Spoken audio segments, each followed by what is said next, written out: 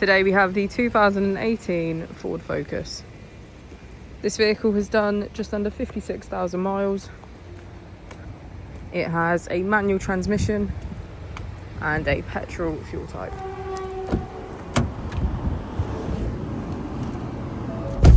To the left of our steering wheel, we have cruise control as a feature, as well as our keyless ignition.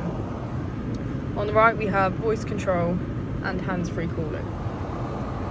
Moving onto our screen, we can access valet mode, Apple and Android CarPlay, 4Pass Connect, mobile apps, navigation and Bluetooth. If we put the vehicle into reverse, we can see that it comes with front and rear parking sensors.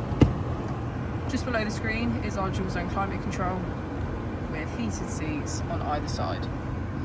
If we press our mode button, we can switch between normal, eco and sport. As we go into the back of the vehicle, we can see that all of our seats have a black leather trim.